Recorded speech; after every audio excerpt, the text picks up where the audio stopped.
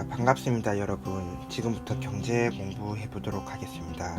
이번 시간에 배울 내용은 치킨 게임과 제로섬 게임 그리고 죄수의 딜레마를 배워보도록 하겠습니다. 먼저 치킨 게임부터 보도록 하겠습니다. 자, 오늘 세 가지 경제학 게임에 대해서 배워볼 건데 세 가지 경제학 게임의 법칙에 대해서 배워볼 건데 이 치킨 게임과 죄수의 딜레마 그리고 제로섬 게임 이 각각의 게임의 법칙들은 정말 깊이 들어가면 존 내시의 내시 균형부터 시작해서 이 개념 하나당 2시간씩도 설명할 만큼 굉장히 깊은 내용인데 지금 제가 선생님이 할 내용은 이제 딱 고등학생 수준까지만 설명을 하도록 하겠습니다.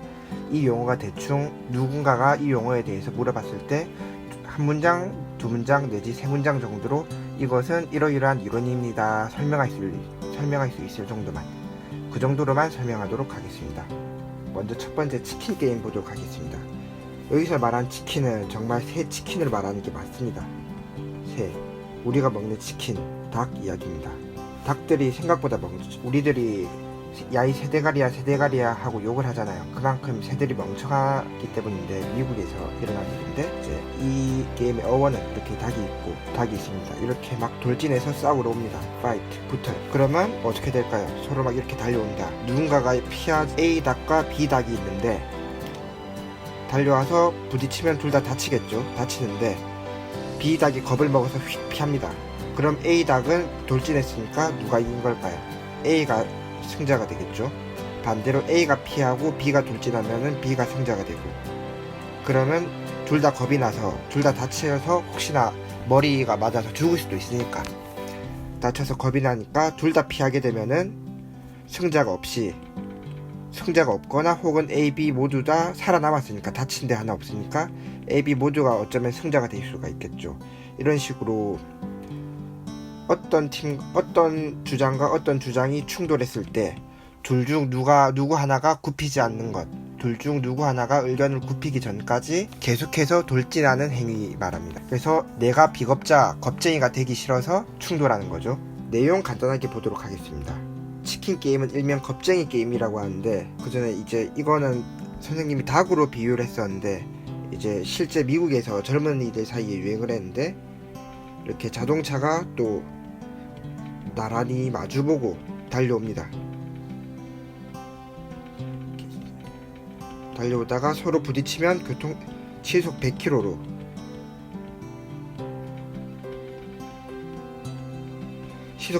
달려와서 꽝 부딪히면 어떻게 되겠어요? 살아남으면 기적이겠죠? 그렇지만 이 젊은 청년들은 겁없이 달려옵니다. 둘 다 핸들을 꺾어서 피하지 않으면 어쩌면 둘 다 죽을 수도 있어요. 대신 내가 핸들을 꺾어버리면 살 수는 있지만 비겁자란 오명을 쓰게 되죠. 그게 싫어서 계속 돌진을 합니다. 얘도 마찬가지죠. 서로 비겁자가 되기 싫어서. 이런 걸 바로 겁쟁이 게임이라고 하고, 선수 A, B가 자동차를 타고 서로 정면으로 충돌하는 상황을 생각하기로 하자. 양쪽 모두 죽게 되는 경우가 1번 첫 번째 가장 나쁜 결과. 두 번째로 한 명이 옆으로 피하면 그 행위자는 겁쟁이가 되지만 적어도 생명을 잃지 않으니까 체면만 잃게 되겠죠. 이게 두 번째. 체면은 잃지만 생명은 잃지 않는 것. 그리고 만일 양쪽 모두 옆으로 피하면 역시 생명은 잃지 않지만 승리자도 없고 이익을 보는 사람도 없고 차선의 결과이고, 그리고 상대가 선택을 바꾸지 않는 한 자기도 선택을 바꿀 의사가 없다고 강력하게 주장을 하는 경우도 있겠죠. 부딪힌 경우가 생기겠죠.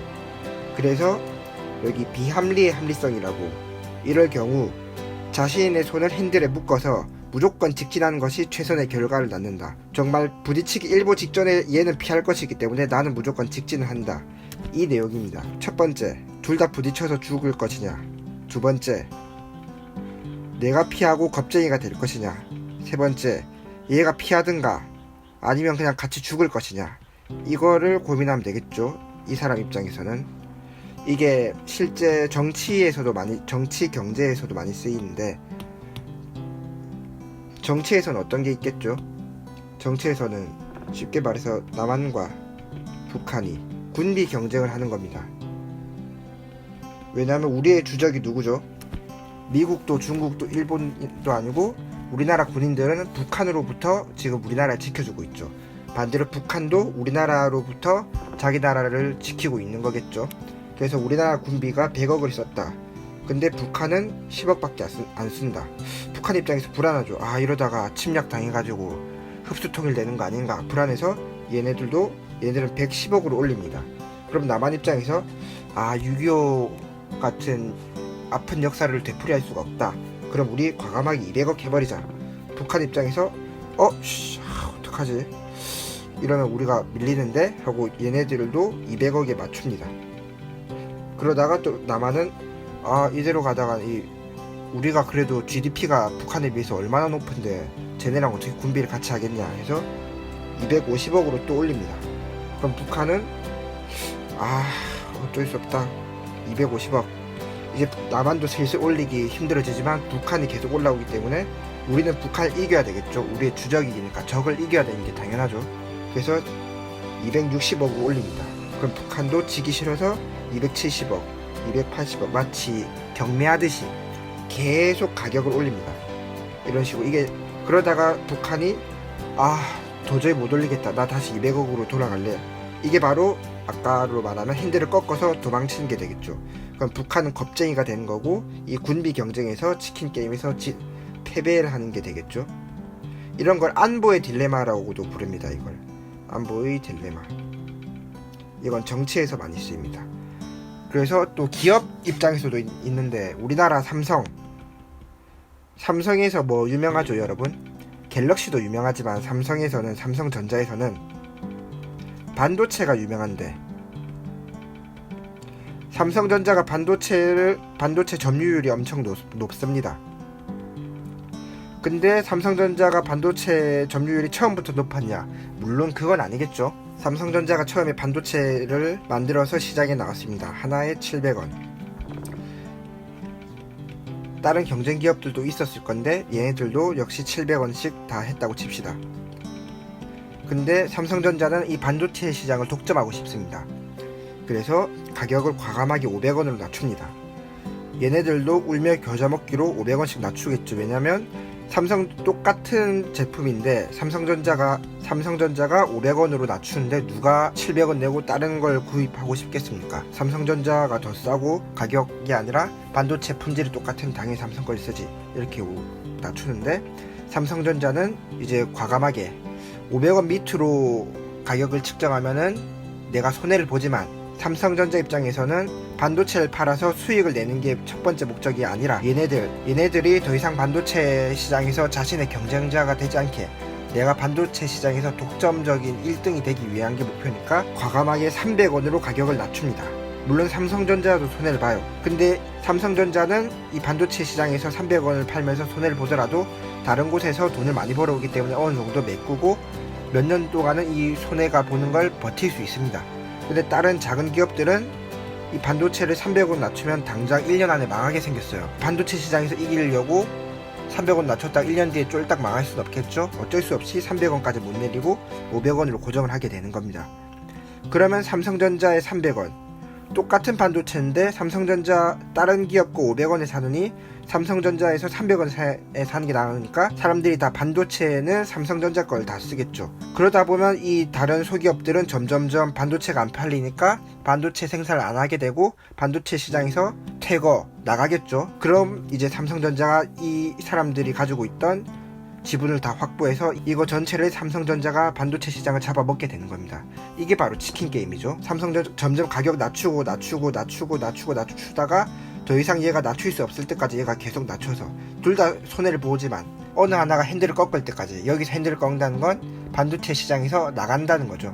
이런 식으로 치킨 게임은 경제학과 정치학에서 골고루 쓰입니다.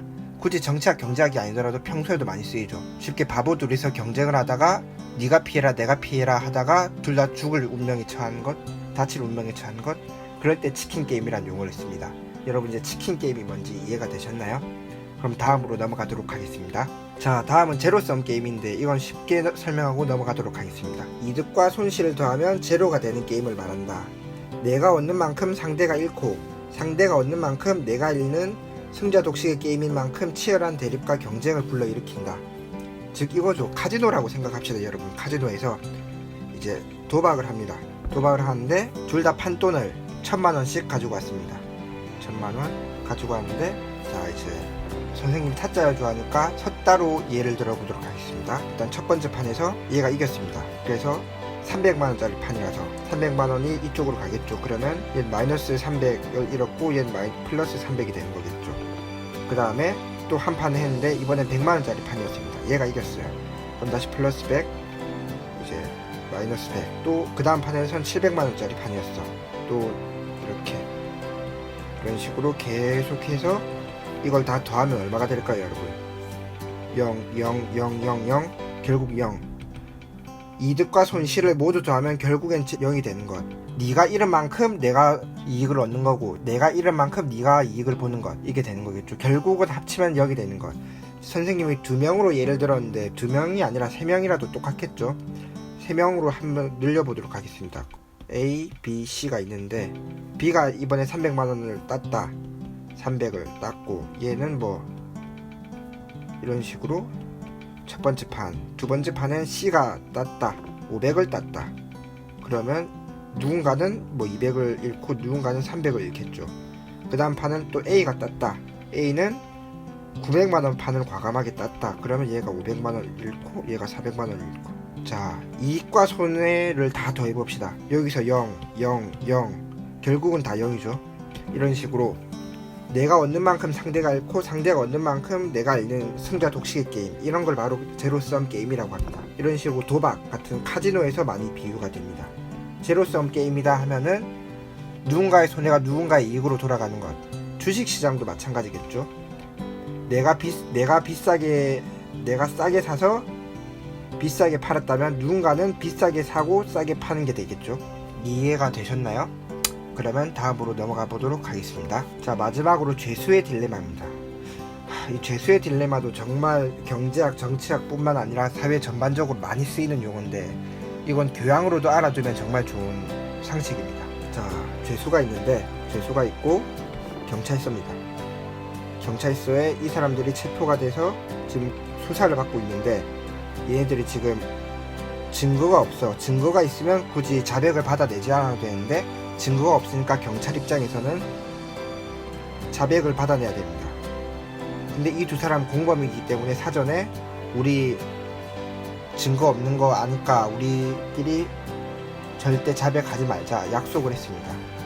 그렇지만 경찰이 제안을 하죠. 첫 번째, A랑 B로 얘기를 해보겠습니다. A가 자백을 하는 경우, 누군가 하나가 자백을 하고 누군가가 끝까지 부인을 하는 경우와, 혹은 이제 의리있게 둘 다 부인하는 경우. 부인이 있다고 해서 남편이 있는 것은 아닙니다. 그 다음 둘 다 자백을 하는 경우. 자, 여기 보시면 혐의자들을 서로 분리해서 각각 다른 방에서 신문한다. 각각 다른 방에서 신문을 하고 먼저 입증할 수 있는 증거가 없는 상태. 그래서 경찰은 자백을 받아야 됩니다. 자백을 하고 다른 사람이 부인을 하면은 A랑 B로 하겠습니다. A는 석방, B는 끝까지 부인했기 때문에 괘씸해서 9년 동안 형을 선고받습니다. 만약에 둘 다 부인을 해버리면 각각 1년만 살고 나옵니다. 1년. 그리고 둘 다 자백을 해버리면은 모두 5년형에 처합니다. 자, 여러분들이 이 중에 한 명이라면 어떤 선택을 하시겠습니까? A와 B는 분리돼 있어서 신문하는 도중에 서로 정보나 의사를 교환할 수 없는 상태입니다. 대신 들어가기 전에 약속을 했을 수도 있고 안 했을 수도 있죠. 그렇지만 경찰은 이렇게 제안을 합니다. 네가 자백을 하면은 석방이 되거나 5년형을 살 수 있다. 근데 네가 부인을 하게 된다면 1년 혹은 9년을 살 수 있다. 자, 자백을 하는 경우 내가 자백을 하게 된다면은 석방 5월 5년, 근데 부인을 하게 된다면 1년 또는 9년. 여러분들은 뭘 선택하시겠습니까? B라는 친구를 믿나요? B라는 친구를 믿고 부인을 했다가 1년을 선고받을 줄 알았는데 이 나쁜 놈이 배신을 해버려서 나 혼자 9년으로 독박을 써버렸어. 이런 경우가 생길 수도 있겠고, 그래서 나는 저 친구를 못 믿고 확 자백을 해버렸는데 저 친구는 끝까지 부인을 해서 나는 다행히 석방이 됐는데, 근데 우리 둘 다 의리 있어서 둘 다 부인을 했다. 그럼 깔끔하게 5년만 살고 나오고. 고민이겠죠. 나는 쟤를 믿었는데 쟤가 배신했을 수도 있고, 내가 배신하고 가장 최선의 조건은 나만 배신하는 거죠. 쟤는 나를 믿게 하고 나만 배신하는 거. 근데 내가 생각하는 걸 쟤도 마찬가지로 생각을 하겠죠. 친구끼리 생각하는 게 비슷할 거니까. 이런 식으로 자백을 하기도 그렇고 부인을 하기도 그렇고 딜레마에 빠졌다. 즉 혼란스러운 상태. 이런 상태를 죄수의 딜레마라고 합니다. 이러지도 저러지도 못하는 상태. 아무튼 이런 상태입니다. 물론 여기서 더 나아가서 또 내시가 말한 최적의 균형 이런 걸 배울 수도 있겠지만 고등학생 수준에서는 죄수의 딜레마란 이런 걸 의미한다 정도만 이해하시면 충분합니다. 자, 그럼 여기까지 죄수의 딜레마, 제로섬 게임, 치킨 게임에 대해서 배워보았습니다. 여러분 되게 간단한 용어니까 끝나고 화장실을 가면서 머릿속에서 이게 뭐였지 하고 한 번만 복습하시면 오랫동안 기억에 남을 겁니다. 그럼 들어주느라 수고 많았습니다.